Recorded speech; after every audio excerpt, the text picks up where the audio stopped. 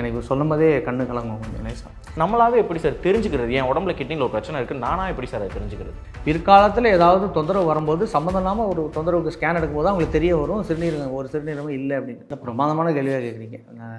நல்ல experience interview மாதிரி கேட்குறீங்க. 14 வயசு 13 வயசுலாம் நாங்கள் பார்த்துருக்கோம், 12 வயசு பார்த்துருக்கோம்.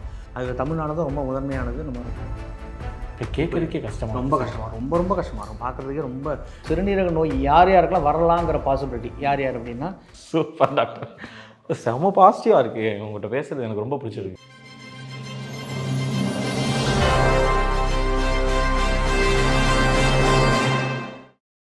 Welcome to positivity. இன்றைக்கி ரொம்ப ஒரு முக்கியமான டாபிக் பற்றி நம்ம பேச போகிறோங்க. நம்ம இருக்கிற இடம் பெரம்பலூரில் Dhanalakshmi Srinivasan college of medical hospital இருக்குது, மெடிக்கல் காலேஜ் இருக்குது. அங்கே நம்ம உட்காந்துருக்கோங்க. ஹாஸ்பிட்டலில் கிட்னி மாற்று அறுவை சிகிச்சை பற்றி நம்ம இன்றைக்கி பேச போகிறோங்க. ரீனல் டிரான்ஸ்பிளான்ட் அப்படின்னு சொல்லுவாங்க, கிட்னி டிரான்ஸ்பிளான்ட் அப்படின்னு சொல்லி நம்ம பழக்கத்தில் இருக்குது. கிட்னி நமக்கு கொஞ்சம் பிரச்சனையாக இருக்குது யாருக்காவது நம்ம குடும்பத்தில் அப்படின்னாங்க, நம்ம ஆஸ்பத்திரிக்கு போவோம், அவங்க டயாலிசிஸ் பண்ணணும் அப்படின்னு சொல்லுவாங்க. டயாலிசிஸ் பண்ண ஆரம்பிப்போம். டயாலிசிஸ் பண்ணிட்டு இருக்கும்போது கொஞ்சம் நாள்லேயே அவங்க என்ன சொல்லுவாங்கன்னா, டயாலிசிஸ்னால் காலம்புறா பண்ணிக்கிட்டே இருக்கிற மாதிரி இருக்குங்க, நீங்கள் கிட்னியை மாற்றிக்கிட்டிங்கன்னா நல்லது அப்படின்னு சொல்லுவாங்க. அப்போ அந்த கிட்னி மாற்று அறுவை சிகிச்சை அப்படின்னு சொன்னோடனே நமக்கு பயம் வந்துடும். என்ன பயம் வந்துடும்? யார் கிட்னி கொடுக்குறது? ஒரு கிட்னியை சரி மாற்றி வச்சாலுமே கூட அவங்க எத்தனை நாள் உயிரோடு இருப்பாங்க? அதுக்கு ஆகக்கூடிய செலவு என்ன? அதுக்கு மருத்துவம்னா எத்தனை மாதம் அதுக்கான ட்ரீட்மெண்ட் இருக்கும் அப்படின்னு ரொம்ப ஒரு பெரிய பதட்டமான ஒரு ப்ராசஸ். இதை நம்ம பேஷண்ட் கேட்டுட்டாலே ஒரு பதட்டம் அடைஞ்சிருவோம். என்னடா இப்படி இவ்வளோ பெரிய விஷயத்த சொல்கிறாங்களே அப்படின்னு. ஆனால் இந்த துறையில், இந்த கிட்னி மாற்று அறுவை சிகிச்சை துறையில் இது வரைக்கும் ஒரு 130க்கும் மேற்பட்ட சக்ஸஸ்ஃபுல் சர்ஜரிஸ் பண்ண டாக்டர் ராஜேஷ் நம்ம கூட இருக்காங்க. பழுத்த அனுபவசாலி. அவங்கக்கிட்ட இப்போ நான் சொல்லும்போது உங்களுக்கு என்னென்ன சந்தேகங்கள்லாம் வருதோ, பொதுவாக என்னென்ன சந்தேகங்கள்லாம் நமக்கு இருக்குதோ அது எல்லாத்தையும் கேட்டு தெளிவடைஞ்சிக்க போகிறோம். சார் நம்ம ஷோக்கு வெல்கம் பண்ணலாம். வணக்கம் சார். வணக்கம் சார். வணக்கம். உங்கள் கூட பேசுகிறதுல எனக்கு ரொம்ப சந்தோஷம் sir. Thank you sir. First sir, இந்த கிட்னியில் பிரச்சனை அப்படிங்கிறத எப்படி சார் நம்ம ஒரு டயாலிசிஸ் பண்ணுற சூழ்நிலைக்கு போகாததுக்கு முன்னாடியே நம்மளாவே எப்படி சார் தெரிஞ்சுக்கிறது? என் உடம்புல கிட்னியில் ஒரு பிரச்சனை இருக்குது நானாக எப்படி சார் அதை தெரிஞ்சுக்கிறது? இது ஒரு நல்ல அருமையான கேள்வி. இதில் ஒரு துரதிருஷ்டவசமான விஷயம் என்ன அப்படின்னா, ஒரு 70லேருந்து 80% சிறுநீரகம் பாதிக்கப்பட்டால் தான் வெளியிலே தெரிய ஆரம்பிக்கும். ஸோ எப்படி வெளியில் தெரியும் அப்படின்னா, ரொம்ப டயர்ட்னஸ் இருக்கும். சும்மா வேலை செஞ்சாலே ரொம்ப டயர்டாகி டக்குன்னு இல்லை ஒரு சின்ன வேலை செஞ்சாலும் போய் உட்காந்துருவாங்க. அப்புறம் ஒமட்டல் வரும். இதெல்லாம் பெரும்பாலும் இக்னோர் பண்ணிவிடுவாங்க. பேஷண்ட்ஸ் புறந்தள்ளிடுவாங்க இந்த மாதிரி சின்ன சின்ன கம்ப்ளைண்ட்ஸ்லாம். இப்போ எஸ்பெஷலி கிராமத்தில் இருக்கிறவங்கலாம் பார்த்திங்கன்னா கால் வீக்கம் லேசாக இருக்கும். இதெல்லாம் சும்மா நான் நடக்கிறேன் சார், அதனால தான் சார் கால் வீங்குது, இப்போ உட்காந்தா சரியாக போயிடுது சார் அப்படின்னு சொல்லிட்டு பேசாமல் விட்டுருவாங்க. ஸோ இந்த மாதிரி உபாதைகள், இந்த மாதிரி தொந்தரவுகள் வரும்போது உடனே டாக்டர் அணுகணும். இதுதான் முக்கியமான விஷயம். அதுலேயும் பார்த்தீங்கன்னா ஒரு 70% கிட்னிகள் 2 சிறுநீரகம் 70% இல்லை 60% 70% டேமேஜ் ஆனால் தான் ஓரளவாவது தொந்தரவுகள் வெளியில் தெரிய ஆரம்பிக்கும். அது வரைக்கும் பார்த்தீங்கன்னா ரத்தத்தில் கொஞ்சம் சின்னதான ஒரு கிரியேட்டினின் கொஞ்சம் ஏறும், லேசாக ஏறும், யூரினில் புரதம் லீக் ஆகும். இந்த மாதிரி நம்ம கண்ணுக்கு தெரியாத, இதெல்லாம் கண்ணுக்கு தெரியாதுன்னு வச்சுக்கலாம். அதாவது கிரியேட்டினின்கிற அந்த உப்பு சத்து இருக்குது பார்த்தீங்களா ரத்தத்தில், அதுதான் கிட்னி வேலை செய்யுதா இல்லையாங்கிறதுக்கான அடையாளம்.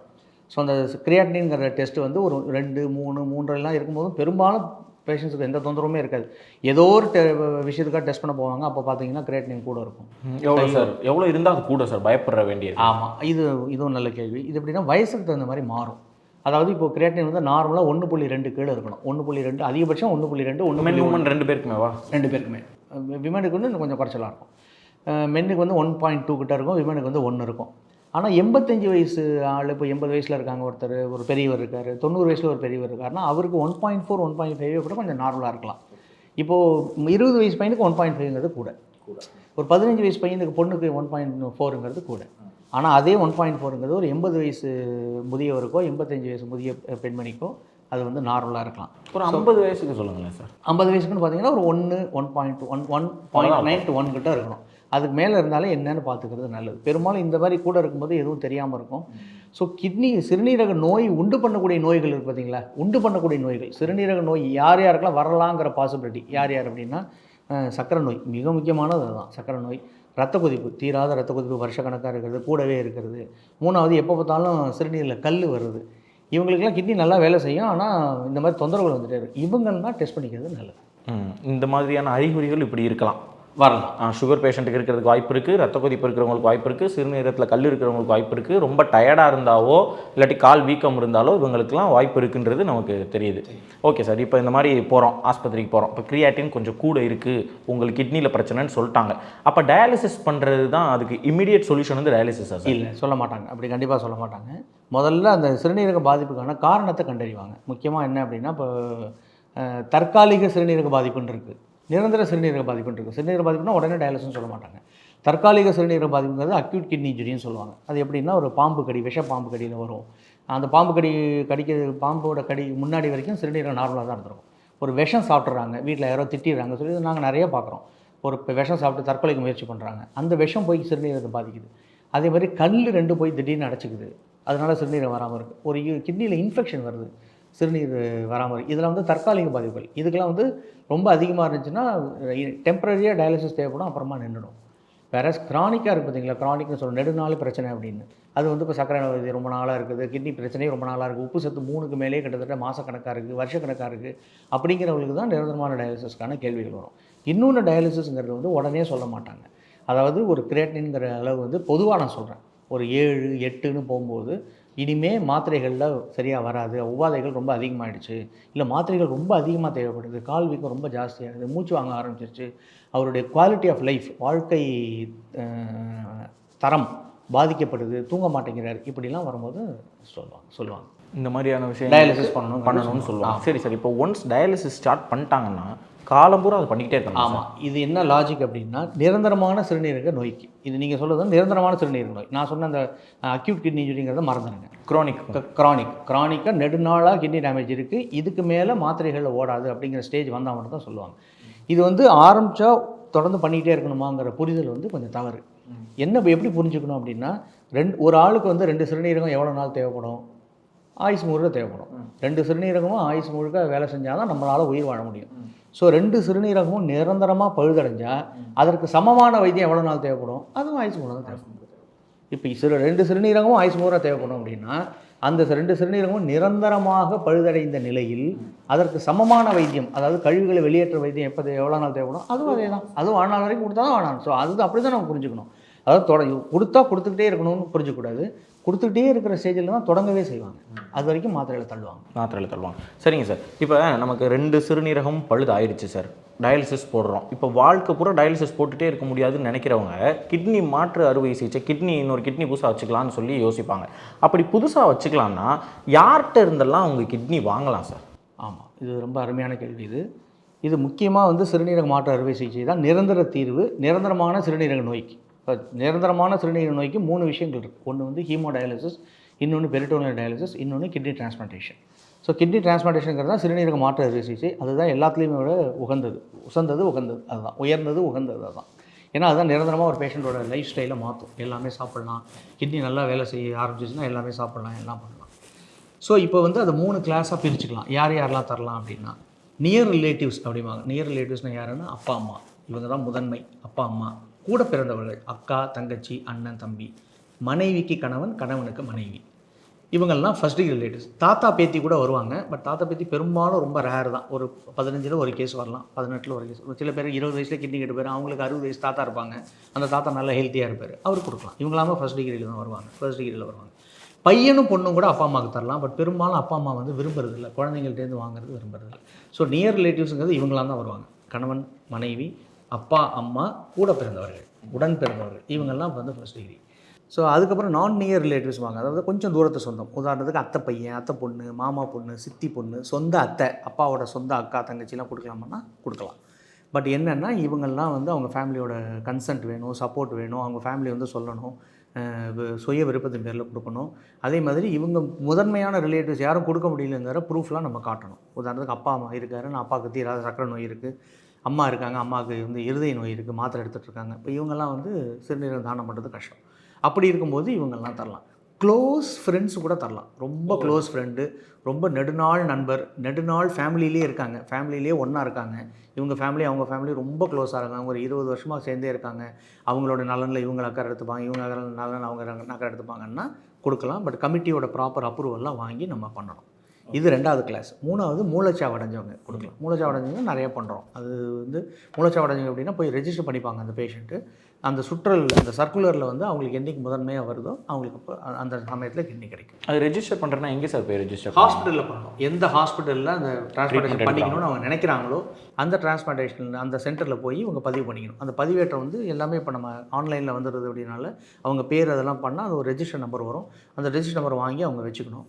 அவங்க காலிலே இருக்கணும். எப்போ கூப்பிட்டாலும் வரணும் அப்படிங்கிற மாதிரி இருக்கணும். அவங்கள்ட்ட முன்னாடி சொல்லி வச்சிடும், எப்போ வேணாலும் கிட்னி கிடைக்கலாம், நீங்கள் வர மாதிரி இருக்கணும். ஸோ நல்ல கிட்னியாக கிடைக்கும் போது மூளைச்சாவு அடைஞ்சிடுறாங்க, கிட்னி நல்லா இருக்குது, சின்ன வயசாக இருக்காங்க, உப்பு சத்துலாம் நல்லா இருக்குது, ஒன்றும் பிரச்சனை இல்லை அப்படின்னா அவங்க கிட்னி தானம் பண்ணலாம். மூளைச்சாவு அடைஞ்சவங்க அதில் தமிழ்நாடு தான் ரொம்ப முதன்மையானது. நம்ம ரொம்ப சொல்லி பெருமைப்பட்டுக்கணும். அப்படியே இந்தியாவிலேயே 2 ஸ்டேட்டு தான் சக்கை போடுறது மூளைச்சாவு அடைஞ்ச கிட்னி நோயில், சிறுநீரக மாற்று அறுவை சிகிச்சையில். ஒன்று வந்து கேரளா, இன்னொன்று வந்து தமிழ்நாடு. தமிழ்நாடு இன்னும் பெட்டர். நம்ம இன்னும் இப்போ நேஷனல் ஆவரேஜோட கம்பேர் பண்ணும்போது தமிழ்நாடு ஆவரேஜ் வந்து ரொம்ப அதிகம். இந்த கிட்னி மாற்று நம்ம மூளைச்சாவு அடைஞ்சவங்க மூளைச்சாவு அடைஞ்சவங்க சிறுநீரகம் தானம் பண்ணுறதுல தமிழ்நாடு வந்து ரொம்ப முதன்மையாக இருக்குது. அதுக்குலாம் நம்ம ரொம்ப பெருமைப்பட்டுக்கணும். மற்ற ஸ்டேட்டை கம்பேர் பண்ணோம் நம்ம சந்தோஷப்பட்டுக்கணும், பெருமைப்பட்டு. நான் டிஎம் படிக்கும்போது கூட டெல்லியில் தான் நான் படித்தேன். அங்கெல்லாம் ரொம்ப பெருமையாக பார்ப்பாங்க. சார் நீங்கள் தமிழ்நாடுலேருந்து வரீங்களா, அங்கே ரொம்ப நல்லா நடக்குமே, உங்களவுக்குலாம் இங்கே இருக்காது அப்படின்லாம் சொல்லுவாங்க. டெல்லியில் இருக்கவங்க சொல்லுவாங்க. அதை நினைக்கும் போது எனக்கு ரொம்ப பெருமையாக இருக்கும். மகிழ்ச்சி சார், ரொம்ப சந்தோஷம். இப்போ அடுத்து சார், இப்போ யாரெல்லாம் கொடுக்கலான்னு சொல்லிட்டீங்க. சரி, ஓகே சார். இப்போ வந்து ஒரு மனைவியே வச்சுக்கிறோம். மனைவி கணவனுக்கு கொடுக்குறாங்க, இல்லை கணவன் மனைவி கொடுக்குறாங்கன்னு வச்சுக்கிட்டா அவங்களுக்கு ஒரு பய உணர்வோ இல்லாட்டி ஏதோ, ஏன்னா 2 கிட்னி இருக்குது, ஒரு கிட்னியை நான் கொடுத்துட்டேன்னா நான் ஒரு கிட்னியோடு இருக்கணும்ல, எனக்கு உயிருக்கு ஏதாவது ஆபத்து ஏற்படுமோ அப்படின்னு தோன்றதுக்கான வாய்ப்புகள் நிச்சயமாக நியாயமான பயம் அது. அதில் எந்த விதமான சந்தேகமும் கிடையாது. அந்த பயத்தை தீர்க்க வேண்டியது வந்து மருத்துவரால் எங்களுடைய கடமை. ஒரு சிறுநீரகம் தானம் பண்ணுறதுல எந்த விதமான நஷ்டமும் கிடையாது. அவங்க எப்போதும் போல் இருக்கலாம், எல்லா வேலையும் செய்யலாம். கடவுள் கொடுத்த வரம் அது. ஒரு 50% சிறுநீரகம் நமக்கு நல்லா இருந்தாலே போதும். நம்ம வந்து நார்மல் ஆக்டிவிட்டிஸ் எல்லாமே எடுத்துக்கலாம். பிறப்புலேயே பார்த்தீங்கன்னா 1000லேருந்து 5000த்துக்குள்ளே 1000லேருந்து 3000ன்னு வச்சுக்கோங்க கணக்கு. ஜஸ்ட் ஒரு ரஃபாக சொல்கிறேன். பிறக்கிற குழந்தைங்களுக்கு ஒரு கிட்னி தான் இருக்கும். 1000ல் ஒரு கிட்னி. ஒரு 1000 குழந்தைங்களை நீங்கள் படுக்க வச்சிங்கன்னா, இல்லை 2000 குழந்தைங்களை படுக்க வைக்கிறீங்கன்னா, அதில் ரேண்டமாக அதில் 1 or 2 குழந்தைங்களுக்கும் ஒரு கிட்னி தான் இருக்கும் பிறப்புலேயே. அவங்களாம் நல்லா வளருவாங்க, எந்த விதமான தொந்தரவும் இருக்காது. பிற்காலத்தில் ஏதாவது தொந்தரவு வரும்போது சம்மந்தம் இல்லாமல் ஒரு தொந்தரவுக்கு ஸ்கேன் எடுக்கும்போது அவங்களுக்கு தெரிய வரும் ஒரு சிறுநீரகம் இல்லை அப்படின்னு. பிறப்புலேயே 30 வயசு 40 வயசுல அப்படின்னா என்ன அர்த்தம், ஒரு சிறுநீரகம் போதுன்னு அர்த்தம். அதனால தான் அவங்க நல்லா வாழ்ந்துருக்காங்க இத்தனை வருஷம். ஸோ தாராளமாக ஒரு சிறுநீரகம் தரலாம். அதில் வந்து எந்த விதமான நஷ்டமும் கிடையாது. ஒரு ஜஸ்ட் இப்போலாம் லேப்ராஸ்கோப்பியில் தான் பண்ணுறாங்க. முன்னாடி தான் ஓப்பன் பண்ணிட்டு இருந்தாங்க. இப்போ லேப்ராஸ்கோப்பினா சாவி துவார அறுவை சிகிச்சையில் தான் பண்ணுவாங்க. ஸோ அது எடுத்தோன்னா ஒரு 5 நாள் 6 நாளைக்கு மேலே அவங்க ஹாஸ்பிட்டலில் இருக்க வேண்டிய அவசியமும் இருக்காது. தாராளமாக தரலாம். Okay sir. இப்போ கொடுத்துட்றாங்க. கொடுத்ததுக்கு அப்புறமா அவங்க வாழ்நாள் முழுக்க அவங்களுக்கு இந்த தண்ணி குடிக்கிறது கம்மியாக குடிக்கணும், மாமிசம் சாப்பிட்றது கம்மியாக சாப்பிடணும், அந்த மாதிரி ஒரு ரெஸ்ட்ரிக்ஷன்ஸ் கூட கிடையாதா சார்? பெரும்பாலும் 99% கிடையாது. தாராளமாக சாப்பிட்லாம். இந்த உடல் பருமனை மட்டும் அவாய்ட் பண்ணோம். அதாவது ஜென்ரலாக 2 கிட்னிகளுக்கு இருக்கிறவங்களே என்னென்ன பண்ணணுமோ அதை மட்டும் இவங்க பண்ணால் போதும். உடல் பருமன்கிறது வந்து இப்போ ஒரு கிட்னி இருந்தால் நஷ்டம், 2 கிட்னி இருந்தால் லாபம்னு கிடையாது. உடல் பருமன் இருக்கும், 2 கிட்னி இருந்தாலும் நஷ்டம் தான். சக்கரை வியாதி வரும், அந்த 2 கிட்னியுமே பாதிக்கும். எந்தெந்த நோயெல்லாம் ஒரு கிட்னியை பாதிக்குமோ அந்தந்த நோயெல்லாம் 2 கிட்னி இருந்தாலும் பாதிக்கும். ஸோ அந்த மாதிரி ஜென்ரல் ரெஸ்ட்ரிக்ஷன்ஸ் தான் இருக்கே தவிர இதை நீங்கள் கொடுத்ததுனால இந்த ரெஸ்ட்ரிக்ஷன் வருதுங்கிறது கிடையாது. கண்டிப்பாக கிடையாது. சரி சார். இப்போ வாங்குறவங்களுக்கு வருவோம் சார். இப்போ கொடுத்தவங்களை பற்றி தெளிவாக நீங்கள் சொல்லிட்டீங்க. வாங்குறவங்களுக்கு ஒரு கிட்னி இப்போ டொனேட் பண்ணிட்டோம், அந்த கிட்னியோடு அவங்க இருந்தாங்கன்னா நீங்கள் அடுத்து வந்துட்டு இயற்கையாக இப்போ ஒரு 2 கிட்னி இருக்கும்போதோ இல்லை ஒரு கிட்னி மட்டுமே வேலை செய்யும் போதோ நீங்கள் எத்தனை வருஷம் வாழ்வீங்களோ அத்தனை வருஷம் நீங்கள் வாழ்வீங்கன்னு உறுதி அளிக்க முடியுமா சார்? உறுதின்னு சொல்ல முடியாது. பட் பெரும்பாலும் அவங்களோட குவாலிட்டி ஆஃப் லைஃப் வந்து பெரும்பாலும் ரொம்ப நல்லா இம்ப்ரூவ் ஆகும். அது பட் கிட்னி நோயில் இருக்கிறவங்க நீங்கள் எடுத்து பார்த்தீங்கன்னா தெரியும், பசியே இருக்காது. என்ன தான் டயாலிசிஸ் கொடுத்தா கூட கொஞ்சம் லேசாக பசியின்மையில் இருப்பாங்க. உயிரை காப்பாற்றிக்கிறதுக்கு டயாலிசிஸ் யூஸ்ஃபுல்லாக இருக்கும். பட் பெரும்பாலும் கொஞ்சம் கால் வீக்கம்லாம் இருந்துகிட்டே இருக்கும், வாந்தி இருந்துகிட்டே இருக்கும், பசி முன்னாடி மாதிரி இருக்காது. கிட்னி வேலை செஞ்சவோ எப்படி இருந்ததோ அந்த மாதிரி இருக்காது. ஸோ அந்த குவாலிட்டி ஆஃப் லைஃப் வந்து நல்லா ஆல்டர் ஆகும். ஸோ எந்த பிரச்சனையுமே இல்லைன்னா கண்டிப்பாக 15 இயர்ஸ் மினிமம் ரொம்ப நல்லா வரும். அதுக்கு மேலேயும் இருக்கிறவங்க நல்லா இருக்காங்க. நடுவில் சின்ன சின்ன பிரச்சனைகள் எதாவது வரும், ஒரு இன்ஃபெக்ஷன் வரும், ஒரு ஃபீவர் ஏதாவது வரும், அதெல்லாம் வந்து நம்ம ட்ரீட் பண்ணிக்கிட்டால் போதும், ஒன்றும் ப்ராப்ளம் இருக்காது. அதை பற்றி ஒன்றும் குழப்பம், ஒரு பிரச்சனையும் கிடையாது. ஒன்றும் பிரச்சனை இல்லை. Okay sir. இப்போ இதெல்லாமே தெரிஞ்சுக்கிட்டோம் சார். இப்போ பணம் வச்சுருக்கிறவங்களுக்கு இந்த ப்ராசஸ் கொஞ்சம் ஈஸியாக இருக்கும். ஏழைங்களுக்கு என்ன சார் செய்வாங்க? இப்போ கிராமத்தில் இருக்காங்க அப்படின்னா அவங்களுக்கு தெரியுது கிட்னியில் பிரச்சனை இருக்குது, மாற்றினா நல்லா இருக்கும்னு தோணுது, கொடுத்தா எல்லாமே செய்யணும்னு தோணுது சார். திடீர்னு ஒரு லட்சக்கணக்கில் ஒரு பெரிய லம்ப் அமௌண்ட்டை சொல்லும்போது திணறிடுவாங்கல்ல? ரொம்ப பெர்டினன்ட் கொஸ்டின், இது ரொம்ப நியாயமான கேள்வி. இப்போ அவங்களுக்குலாம் என்ன சார்? இதெல்லாம் வந்து நம்ம சர்க்காருக்கு தான் நம்ம நன்றி சொல்லணும். ஏன்னா அவங்க வந்து இப்போ வந்து இலவசமாக பண்ண ஆரம்பிச்சிட்டோம். கவர்மெண்ட் ஸ்கீம் ப்ரொவைட் பண்ணுறாங்க. ஸோ கவர்மெண்ட் ஸ்கீம் வந்து தமிழ்நாடு நமக்கு வந்து ஸ்கீம் இருக்குது. இப்போ இன்றைக்கி பண்ண கேஸ் இப்போ ட்ரான்ஸ்ஃபர் பண்ணிட்டு வந்திருக்கோம். இப்போ நீங்கள் ட்ரான்ஸ்ஃபர் பண்ணிட்டு தான் உட்காந்துருக்கேன். ட்ரான்ஸ்ஃபர் பண்ணிட்டு தான் வந்திருக்கேன். அம்மா வந்து பையனை கொடுத்துருக்காங்க. ஃபுல்லாக கவர்மெண்ட் ஸ்கீமில் தான் பண்ணிடுவோம். ஃபுல்லாக கவர்மெண்ட் ஸ்கீம் எழுதி போட்டு அப்ரூவல் வாங்கி எந்த செலவும் இல்லாமல் தான் அவருக்கு பண்ணியிருக்கோம். இப்போ அவருக்கு என்ன சார் வயசு அந்த பையனுக்கு? 31. 31 வயசு. அந்த அம்மாவுக்கு? அந்த அம்மாவுக்கு வந்து 54. 54. அவங்க அந்த பையனுக்கு கொடுத்துருக்காங்க. பெத்த அம்மா வந்து பையனை கொடுத்துருக்காங்க. சக்ஸஸ்ஃபுல் ஸ்கீமில் தான் பண்ணால் நல்லா யூரின் நல்லா வருது, முடிச்சு தான் வந்திருக்கோம். ஸோ இப்போ அம்மா பையனை கொடுத்துருக்காங்க, ஸ்கீமில் தான் பண்ணியிருக்கோம். அவங்களாம் ரொம்ப ஏழைகள் தான். ஸோ அதனால் கண்டிப்பாக இது எட்டாக்கணியெல்லாம் கிடையாது. நாம் எங்கே போய் பண்ணிக்கிறோம், பெரிய காஸ்ட்லி ஹாஸ்பிட்டல்ஸில் கொஞ்சம் காஸ்ட்லியாக தான் இருக்கும், ஏன்னா அது அவங்களோட ப்ரோட்டோகால் அப்படி. ஸோ இப்போ நான் ஒரு மிடிவல் ஸ்டேஜில் கவர்மெண்ட் ஹாஸ்பிட்டலில் சுத்தமாக ஃப்ரீ தான். இப்போ நமக்கு அந்த கவர்மெண்ட் ஹாஸ்பிட்டலுக்கு இணையான ஸ்கீம் நம்ம மெடிக்கல் காலேஜில் வந்தது. ஸோ ஸ்கீம் இருந்தால் கவர்மெண்ட் ஹாஸ்பிட்டலுக்கு இணையாக நம்ம இங்கே பண்ணிக்கலாம், ஃப்ரீயாகவே பண்ணிக்கலாம். இங்கேயே ஸ்கீம் இல்லைன்னா எப்படி சார் இருக்கும்? இப்போ மற்ற இடங்கள் பண்ணுறத விட கொஞ்சம் ஸ்கீம் இல்லைன்னா அந்த பேக்கேஜ் வச்சுருப்பாங்க, அவ்வளோதான். அந்த பேக்கேஜை தாண்டி நிச்சயமாக போகாது. ஒரு 5 lakhs 5.5 மொத்தமாகவே டோனர் ரெசிபியன்ட் 2 பேரோட மருந்து செலவு, அட்மிஷன், ஆப்ரேஷன், டிஸ்சார்ஜ் எல்லாம் சேர்த்து, டெஸ்ட்டு எல்லாம் மருந்துகள் எல்லாம் சேர்த்து ஒரு 5.5 லட்சம் கிட்ட ஆகும் ஸ்கீம் இல்லாமல் இருக்கிறவங்களுக்கு.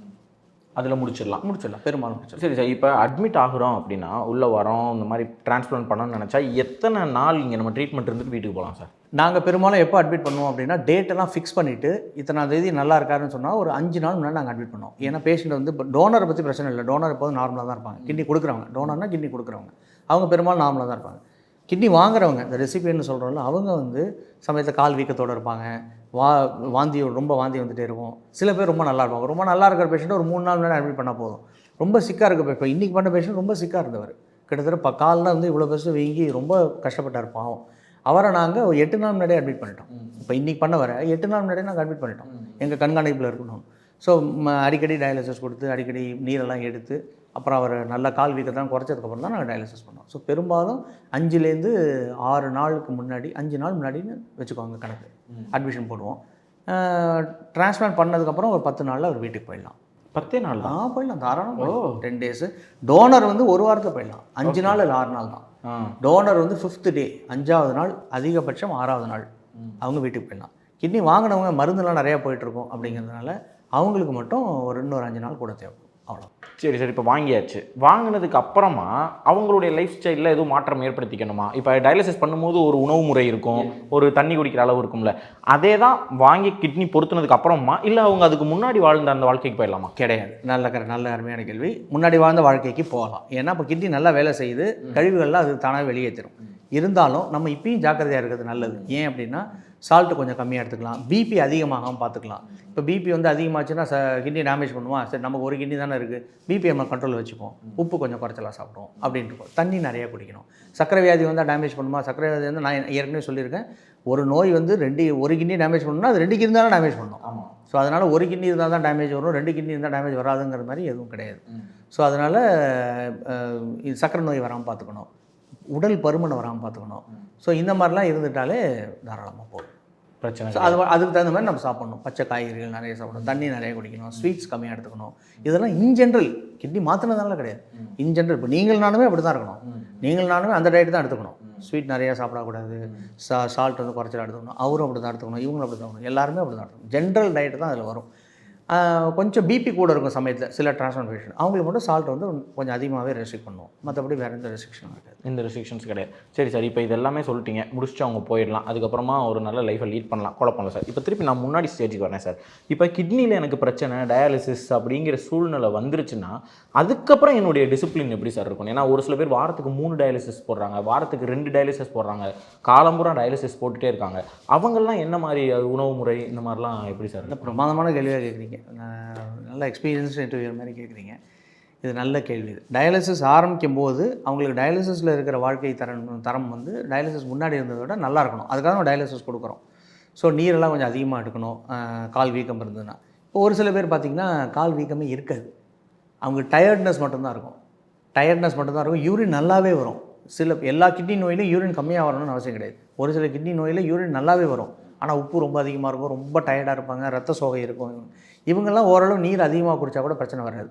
ஆனால் அந்த ரத்த சோகைக்கெல்லாம் மருந்துலாம் கரெக்டாக எடுத்துக்கணும், டயாலிசிஸ்லாம் கரெக்டாக எடுத்துக்கணும். இப்போ சக்கரை நோயில் இருக்கிறவங்களுக்குலாம் பார்த்திங்கன்னா கால் வீக்கம்லாம் அதிகமாக இருக்கும், கால் வீக்கம் அதிகமாக இருக்கும், ரத்த சோகை இருக்கும், ப்ரெஷர் ரொம்ப அதிகமாக இருக்கும். இவங்கெல்லாம் வந்து டயட்டில் வந்து கொஞ்சம் கேர்ஃபுல்லாக இருக்கணும், நீர் கம்மியாக எடுத்துக்கணும், உப்பு கம்மியாக எடுத்துக்கணும். இந்த மாதிரி யூரினோட அளவுங்கிறது ரொம்ப முக்கியம். யூரினே ஓரளவு ஒரு 500 மில்லி வருது, 600 மில்லி வருது அப்படின்னா அவங்க வாரத்தில் 2 டயாலிசிஸ் எடுத்துக்கலாம்.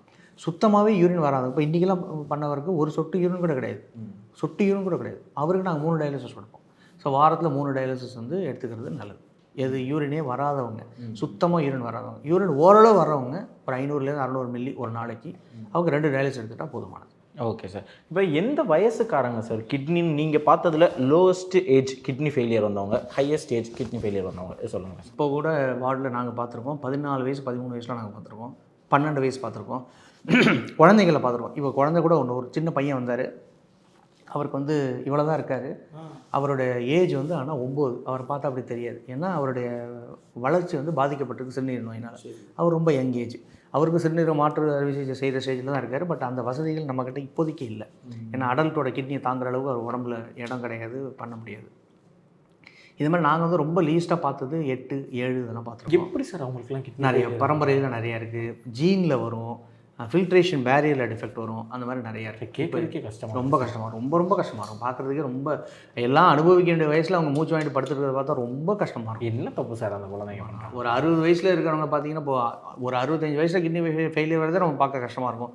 பட் அவங்களாவது வாழ்க்கையை நல்லா ஆண்டு அனுபவிச்சிருப்பாங்க, எல்லாம் வேலையெல்லாம் பார்த்துருப்பாங்க, வீட்டுக்கு வேண்டியதை சம்பாதிச்சு முடிச்சிருப்பாங்க, அவங்க கடமைகள்லாம் நிறைவேற்றிருப்பாங்க. Correct sir. இப்போ ஒரு ஃப்ரெண்ட்ஸோடு சேர்ந்து ஒரு பாப்கார்ன் சாப்பிடணும், ஐஸ்கிரீம் சாப்பிட வேண்டிய வயசில், சினிமாக்கெலாம் போயிட்டு வர வேண்டிய வயசில் டயாலிசிஸில் படுத்துட்டு இருக்கிறத பார்த்தா ரொம்ப கண்கலங்கும். நாங்கள் ஒரு பையனுக்கு ட்ரான்ஸ்ஃபர் பண்ணோம், 18 வயசு, கிட்டத்தட்ட பண்ணி 3 வருஷம் ஆகுது. அவர் இப்போ ஒலிம்பிக்ஸ்லாம் ப்ராக்டிஸ் பண்ணுற அளவுக்குலாம் இது பண்ணிட்டு இருக்காரு. ஆர்ச்சரியில் ப்ராக்டிஸ் பண்ணுறாரு அந்த பையன். ட்ரான்ஸ்ஃபர் பண்ணி 3 வருஷம் ஆகுது. 2020லையோ என்னமோ பண்ணோம், 3 வருஷம் மேலே இருக்கும், 3 வருஷம் ஆகிடுச்சு. அவங்க ஒரே பையன், அவங்க அப்பா அம்மாவுக்குள்ளே போட்டி, அப்பா கொடுக்கணுமா அம்மா கொடுக்கணுமான்னு. அப்பா வந்து நான் தான் கொடுப்பேங்கிறாரு, அம்மா வந்து நான் தான் கொடுப்பேங்கிறாங்க. அப்புறம் வந்து அந்த போட்டியில் அப்பா ஜெயிச்சிட்டாரு, நீ குழந்தைய பார்த்துக்கோ நான் கொடுக்குறேன்னு சொல்லி அப்பா கொடுத்தாரு. ஸோ அப்பா கொடுத்தா அந்த பையன் இப்போ நல்லா இருக்கார். அவர் வயசு வந்து 17. அவங்க அப்பாவும் நல்லா இருக்காரு. அப்போ நல்லா இருக்காங்க, ரொம்ப நல்லா இருக்கு. 17 இப்போ கூட வருவாங்க, ரெகுலராக ஓபிக்கு வராங்க. ஸோ 17 வயசு அந்த பையனுக்கு. இப்போ வந்து அந்த ப்ராக்டிஸ்லாம் பண்ணுறாரு, ஆர்ச்சரி அந்த காம்படிஷன் நிறைய கலந்துக்கிறாரு, அதுக்கு சர்டிஃபிகேட்லாம் வாங்கிட்டு போனார். Super sir. சரி சார், ஹையஸ்ட் ஸ்டேஜ்னு நீங்கள் பார்த்து சரியானவங்க 73, 74 அதெல்லாம் பண்ணியிருக்கோம். 74 வயசு பைபாஸ் பண்ணவங்களுக்கே ட்ரான்ஸ்ஃபர் பண்ணியிருக்கோம். My God. பைபாஸ் பண்ணி வந்திருக்காங்க, பைபாஸ் பண்ணி இருதயம்லாம் நல்லா இருக்குது. அவங்க குவாலிட்டி ஆஃப் லைஃப் இன்னும் எனக்கு கொஞ்சம் நல்லா இருக்குமே சார் கிட்னி டிரான்ஸ்பிளான்டேஷன் பண்ணால். ஒரு சில பேர் ஒத்துக்க மாட்டாங்க, சார் எனக்கு இதே போதும் சார், டயாலிசிஸ் நல்லா தான் சார், இனிமேல் எத்தனை வருஷம் வாழ போகிறேன் அப்படின்னு நினைப்பாங்க. ஒவ்வொரு வாழ்க்கை துளியோட ஒவ்வொரு நிமிஷமும் நம்ம முக்கியம் தான். அதனால் வந்து இனிமேல் எத்தனை வருஷம் வாழ போகிறோம்னு ஒரு பேஷண்ட் சொல்ல தான் நாங்கள் என்கரேஜ் பண்ண மாட்டோம். எத்தனை வருஷமும் முக்கியம் தாங்க, குவாலிட்டியாக வாழறது நல்லது அப்படின்னு. ஸோ அந்த ஸ்டேஜில் வந்து 72, 73 வயசில் நாங்கள் பண்ணியிருக்கோம், பைபாஸ் பண்ணவங்களுக்கு பண்ணியிருக்கோம். ஸோ இந்த மாதிரி எடுத்து பண்ணியிருக்கோம். சரி சார். இப்போ நிறைய டேப்லெட்ஸு நம்ம டாக்டர்ஸ்னுடைய அட்வைஸ் இல்லாமல் மெடிக்கல் ஷாப்லேயே வாங்கி போடுவோம்ல, சும்மா இந்த இடத்துல வலிக்குதுங்க, இந்த கால் வலிக்குதுங்க, அப்படி நிறைய மாத்திரைகள் போட்டால் கிட்னியில் பிரச்சனை வரும் அப்படின்னு சொல்கிறாங்களே, அது எந்த அளவுக்கு சார் உண்மை? வரும் வாய்ப்பு இருக்குது, நிறைய வாய்ப்புகள் இருக்குது. வலி மாத்திரைகள் நிறையா வந்து கிட்னியோட ரத்த ஓட்டத்தை வந்து கொஞ்சம் பாதிக்கும், பெயின் கில்லர்ஸ் ரொம்ப அதிகமாக சாப்பிடக்கூடாது. ஒரு சில பேருக்கு பார்த்தீங்கன்னா பெயின் கில்லர்ஸ் வந்து வேறு டேப்லெட் சாப்பிட்டுட்டு இருப்பாங்க, அவங்களுக்குலாம் பாதிக்கும். நீர் சத்து கம்மியாக இருக்கிறவங்களுக்கு பெயின் கில்லர் கொடுத்தா 2-3 பெயின் கில்லர்லேயே கிட்னி ஃபெயிலியர் வரதுக்கு வாய்ப்பு இருக்குது. நீர் சத்து ரொம்ப கம்மியாக இருக்காங்க. இப்போ உதாரணத்துக்கு வயிற்றால போகுது, ஒரு பேஷண்ட் வயிற்றால போகுது, பிபி 90 தான் இருக்குது, 100 தான் இருக்குது அப்படின்னு வச்சுக்கோங்களேன். அவர் திடீர்னு முட்டி வலி இருக்குன்னு சொல்லி மாத்திரை போட்டார்னா 1 மாத்திரை 2 மாத்திரையிலேயே கிட்னி வந்து பாதிக்கப்படுறதுக்கு வாய்ப்பு இருக்குது. டக்குன்னு வயசானவங்களுக்கு இந்த பாதிப்பு இன்னும் அதிகமாக வரும். உதாரணத்துக்கு பிபி 100, 110 இருக்கிற ஒரு பேஷண்ட்டு, சின்ன பையன் 20 வயசு பையன் வந்து வலி மாத்திரை எடுத்துட்டாங்கன்னா பெரிய பாதிப்பு இல்லாமல் போகிறதுக்கு வாய்ப்பு இருக்குது. ஆனால் அதே பிரச்சனை வந்து ஒரு 60 வயசு ஆளுக்கு வந்தால் கிட்னி பாதிப்படுறதுக்கு வாய்ப்பு இருக்குது. Pain killers. ஆமாம், பெயின் கில்லர்ஸ் நிறைய மருந்து, எந்த மருந்துமே டாக்டரோட ப்ரிஸ்கிரிப்ஷன் இல்லாமல் இஷ்டத்துக்கு லாங் டியூரேஷனில் எடுத்துக்கவே கூடாது. Okay sir. இப்போ பொதுவாகவே எல்லாருமே கிட்னியை பாதுகாத்துக்கிறதுக்குன்னா அதுக்கு ஒரு சில அறிவுரைகள், ஒரு சில உணவு பழக்க வழக்கங்கள் எப்படி இருக்கலாம், வாழ்க்கை முறை எப்படி இருக்கலாம், ஒரு 40 வயசுலையோ 45 வயசுலையோ. ஏன்னா சார் இது வந்துட்டு இப்போ கொஞ்சம் ஜென்ரலாகவே நான் வர்றேன், டாபிக் இல்லாமல் பேசுகிறேன். இப்போ எப்படின்னா டாப்பிக்கோட தான், பட் சின்ஸ் ஜென்ரலாக ஒரு சில எமோஷ்னலாக சொல்லணும்னா, இப்போது அந்த குடும்பத்தில் இருக்கவங்களுக்கு ஏதாவது பிரச்சனை ஆகுதுன்னா அது ஒட்டுமொத்த குடும்பத்தையே பாதிக்கும். யாராவது ஒருத்தவங்களுக்கு, அதுவும் அவர் கொஞ்சம் சம்பாதிக்கிற ஆளாக இருக்காங்கன்ற பட்சத்தில் மொத்தமாக நமக்கு பாதிக்கும். கண்டினியூஸ் டயாலிசிஸ் போகிறதா இருந்தாலும் சரி, இல்லை மாற்று அறுவை சிகிச்சை ஒன்று செய்கிறதா இருந்தாலும் சரி, அந்த ஆஸ்பத்திரிக்கு போயிட்டு வந்து ஆஸ்பத்திரி வாடகையிலே இருக்கிறதே ஒரு அலர்ச்சி கொடுக்கும், ஒரு அயற்சி கொடுக்கும் கண்டிப்பாக. இப்போ இப்படிலாம் இல்லாமல் வருங்காலத்தில் அடுத்த சந்ததியினருக்கு நம்ம இந்த மாதிரியான கொஞ்சம் கஷ்டங்களை கொடுக்காம அழகாக நம்ம பாட்டுக்கு நிம்மதியாக வாழ்ந்துட்டு போயிடணும் அப்படின்னா என்னென்ன மாதிரியான ப்ராக்டிசஸ்லாம் நம்ம செஞ்சால் நம்ம கிட்னி ஆரோக்கியமாக இருக்கும் சார்? இன் ஜென்ரல் தாம்மா இதெல்லாம். அதாவது நான் ஏற்கனவே சொன்னது வந்து டாக்டர்ஸை கேட்காம நீங்களா வலி மாத்திரைகளோ வேறு எந்த மாத்திரைகளோ, ஆன்டாசிட்ஸே அதிகமாக சாப்பிடக்கூடாது. ஆன்டாசிட்ஸ் இதெல்லாமே கிட்னி பாதிப்பு. பேராசிட்டமால், தலைவலி மாத்திரை எல்லாமே எதுலேயுமே ஆன்டாசிட், பேண்டோப்ரசோல் இந்த மாதிரி மாத்திரைகளே ரொம்ப நாட்கணக்கில் மாதக்கணக்கில் எடுக்கிறவங்களாம் நிறைய பேர் இருக்காங்க. கேட்காம சும்மா வயிற்றெரிச்சலுக்குன்னு சொல்லி டக்குன்னு போட்டுருவாங்க.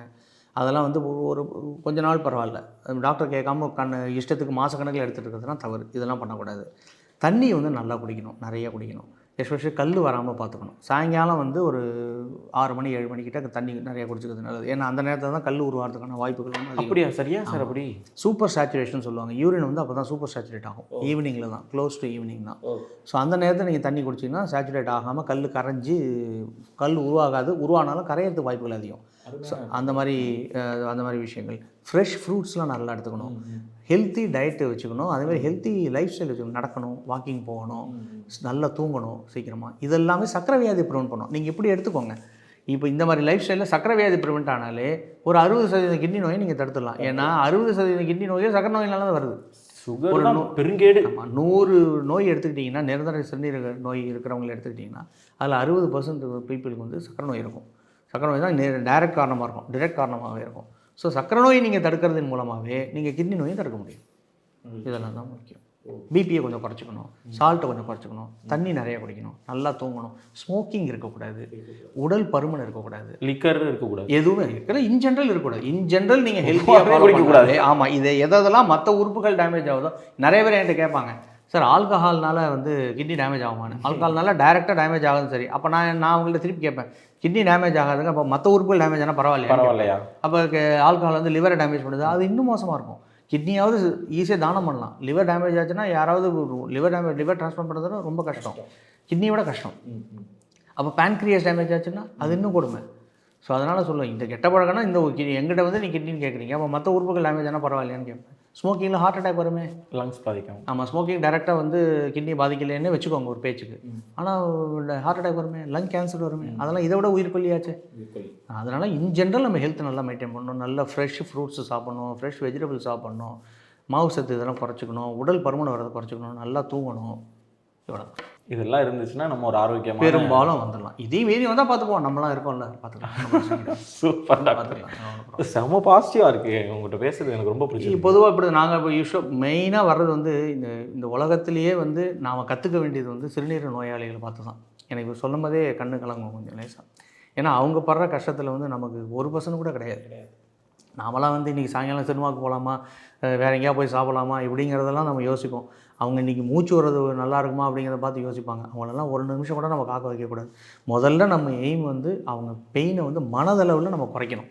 மனதளவில் சார் இதெல்லாம் நீங்கள் தோண்டு போகிறதுக்குலாம் அளவுக்குலாம் ஒன்றும் கிடையாது, தாராளமாக சரி பண்ணிடலாம், அவங்க நிரந்தரமாகவே பழுதடைஞ்சிருக்கட்டும் கிட்னி, இருந்தாலும் சரி பண்ணிடலாம் அப்படிங்கிற ஆஸ்வாசத்தையும் அப்படி நம்பிக்கையும் நாங்கள் கொடுக்கணும். அதான் முதல்ல. அதுக்கப்புறம் அவங்க கேட்குறது வந்து பண விஷயமா, அதுக்கு காப்பீடு திட்டம் இருக்குது. ஸோ நம்ம தன்னம்பிக்கை இருக்கணும், அவ்வளோதான். இந்த நோய் வந்துட்டால் இப்போ என்ன செத்தாக போயிட்டோம்.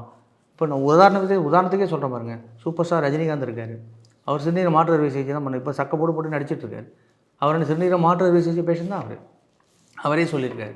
அவருக்கு பண்ணி கிட்டத்தட்ட ஒரு 4-5 வருஷத்துக்கு மேலே இருக்கும். அவர் படம் நடிக்கிறார், முன்னவரே அதே வேகத்தில் நடிக்கிறார் இந்த வயசுலேயும்.